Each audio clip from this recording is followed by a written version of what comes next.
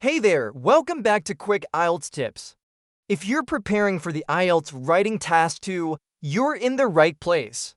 And if you haven't seen the first video on this topic, where I shared 10 words to avoid in your essay, click the card above to check it out. In this video, we're continuing with even more words that can make your writing sound to casual, vague, or weak, and might be hurting your band score without you knowing it. I'll show you what to avoid, what to say instead, and give you clear examples to help you sound more academic and confident. Let's get started. Let's start with the word big. While it's a perfectly normal word in daily conversation, big is too simple and vague for IELTS Writing Task 2. Academic writing requires more precise and formal language, and big just doesn't give enough detail. So what should you use instead? It depends on the context, but here are some stronger alternatives. Large, significant, major, considerable, or substantial. Let's take a look at an example. A big number of people support the policy. A significant number of people support the policy. Why is the second version better? The word significant is more academic and formal. It gives weight to your argument and shows the examiner that you can use precise vocabulary, which is essential for getting a high band score. So instead of writing big, choose a word that matches the exact meaning you want to express. Let's move on to the next word you should avoid. Next, let's talk about the word bad. Just like big, the word bad is too basic and informal for IELTS Writing Task 2. It doesn't give enough detail, and in academic writing, vague words like this can weaken your argument.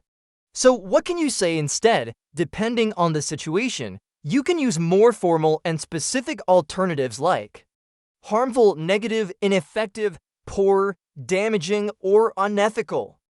Let's look at an example. Fast food has a bad effect on people's health. Fast food has a negative effect on people's health. Why is the second version better? Negative effect is much more academic and specific. It makes your point sound serious and credible, which is exactly what IELTS examiners are looking for. So avoid the word bad and use more precise, formal vocabulary that strengthens your message. Let's continue. The next word is coming up. Now, let's talk about the word good. It may seem harmless, but in IELTS Writing Task 2, good is too general and not academic enough. It doesn't explain why something is good, or in what way, and that lack of detail can hurt your score for clarity and vocabulary. So, what should you say instead? Use more specific, formal alternatives like beneficial, effective, useful, positive, valuable, or advantageous, depending on what you're describing. Here's an example. Education is a good way to reduce crime. Education is an effective way to reduce crime. Why is the second sentence better? Effective gives a clearer, more professional tone and tells the examiner that you understand academic vocabulary. It shows your ability to describe ideas in a precise and thoughtful way, key for Band 7 and above. So next time you're tempted to write good, stop and ask yourself, good in what way? Then choose a word that says exactly what you mean. Let's move on to the next word you should avoid. Now let's take a look at the word nice. It's a friendly word, but that's exactly the problem. Nice is far too casual and vague for IELTS Writing Task 2. It doesn't tell the reader anything specific, and academic writing requires you to be clear and precise. So what should you use instead? Depending on the situation, better alternatives might include pleasant, polite, well-designed, enjoyable, or satisfactory, whatever best fits your meaning. Let's look at an example. The museum has a nice design that attracts tourists. The museum has an attractive design that appeals to tourists. Why is the second version better? The word attractive is more specific and formal. It helps the reader understand exactly how the design is appealing, and it gives your writing a more professional tone. So remember, Nice might work in daily conversation, but in your IELTS essay, use words that describe things clearly and academically. Let's move on to the next word. Next, let's talk about okay or okay. This word is very common in speech and texting, but in IELTS Writing Task 2, it's completely inappropriate for academic writing. It sounds too casual, and it doesn't express anything clearly or formally. So what should you use instead? Choose words that are more specific and academic, such as acceptable, suitable, reasonable, satisfactory, or appropriate, depending on the context. Let's look at an example. This solution is okay for most situations. This solution is appropriate for most situations. Why is the second version better? The word appropriate is formal and precise. It fits perfectly in an academic essay and shows a higher level of vocabulary. Using words like okay will make your writing sound informal and careless. So if you want to impress the examiner, avoid okay and choose a word that's more suitable for academic English. Let's keep going with the next word to avoid. Let's talk about two expressions that many students use when listing examples, so on and etc. These phrases might save space, but in IELTS Writing Task 2, they are seen as lazy and vague. They suggest you didn't finish your idea or weren't sure what else to say, and that can hurt your coherence and clarity scores. So what should you use instead? Instead of cutting your sentence short, finish your example list or use more formal phrases such as including or for example, and then complete the thought fully. Here's an example: government should invest in education, healthcare, transport, and so on. Government should invest in key public services such as education, healthcare, and transport. Why is the second version better? It sounds complete and more academic. The phrase such as shows you're giving examples, and it avoids the unclear tone of so on or etc. Finishing your ideas clearly is essential for a high-scoring IELTS essay.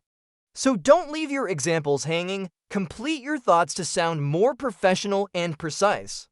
Let's continue with the next word to avoid. Now let's talk about the phrase "in my opinion." This phrase is often taught to English learners, and it's not wrong, but in IELTS Writing Task 2, especially in a formal essay, it's better to express your opinion in a more academic way. Overusing "in my opinion" can make your writing sound repetitive or too casual. So what can you use instead? Try more formal and sophisticated alternatives such as "it is believed that," "it can be argued that," "one could argue that," or even "I believe that" if used sparingly and appropriately. Let's look at an example. In my opinion, the government should invest more in public transport. It is widely believed that governments should increase investment in public transport. Why is the second version better? It sounds more formal and objective, which is ideal for IELTS Writing Task 2. It also shows variety in sentence structure and avoids sounding too personal or emotional, helping you score better in both tone and lexical resource. So, while "in my opinion" isn't always wrong, using more academic phrasing can make your writing stronger and more professional. Let's move on to the next word to avoid. Let's move on to the words totally and completely. These intensifiers are common in speech, but in IELTS Writing Task 2, they're often too emotional or exaggerated for formal academic writing. They can make your argument sound unbalanced or less credible, especially if not supported with evidence. So what should you use instead? Depending on the context, try more formal and precise alternatives like entirely, absolutely, strongly, or rephrase with more direct academic language. Let's take a look at an example. I totally agree with the idea of banning cars in city centers. I strongly support the idea of banning cars in city centers. Why is the second version better? Strongly support sounds more formal, objective, and academic, which is exactly the tone you need in IELTS Writing Task 2. It shows your position clearly without sounding too emotional. So avoid using words like totally and completely unless you're absolutely sure they fit a formal tone, and even then, choose stronger academic phrasing. Let's continue with the next word. Next on the list is the phrase a bit. This expression is very common in casual English, but in IELTS Writing Task 2, it's considered too informal and vague. It doesn't show the level of precision or formality expected in academic writing. So what should you say instead, depending on the sentence? Try using more accurate and formal alternatives like slightly, somewhat, a small amount, or even to a limited extent. Let's see an example. The new law is a bit confusing for many citizens. The new law is somewhat confusing for many citizens. Why is the second version better? The word somewhat is more appropriate for formal writing.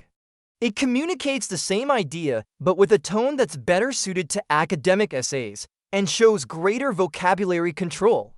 So next time you feel like writing a bit, pause and choose a more precise, formal word to express your meaning.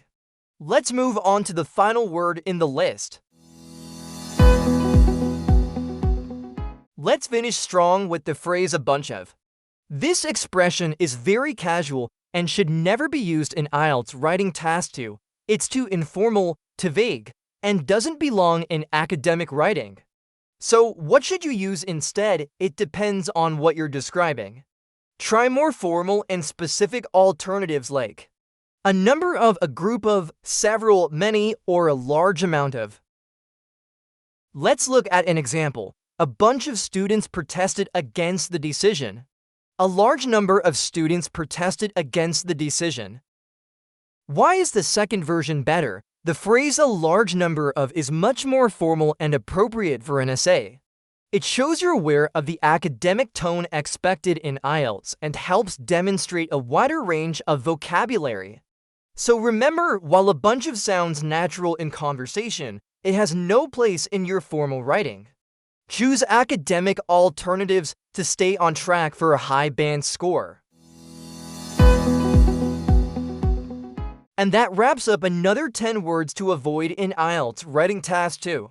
By replacing these casual and unclear expressions with formal, precise vocabulary, you're not just improving your writing, you're showing the examiner that you're ready for a band 7 or higher.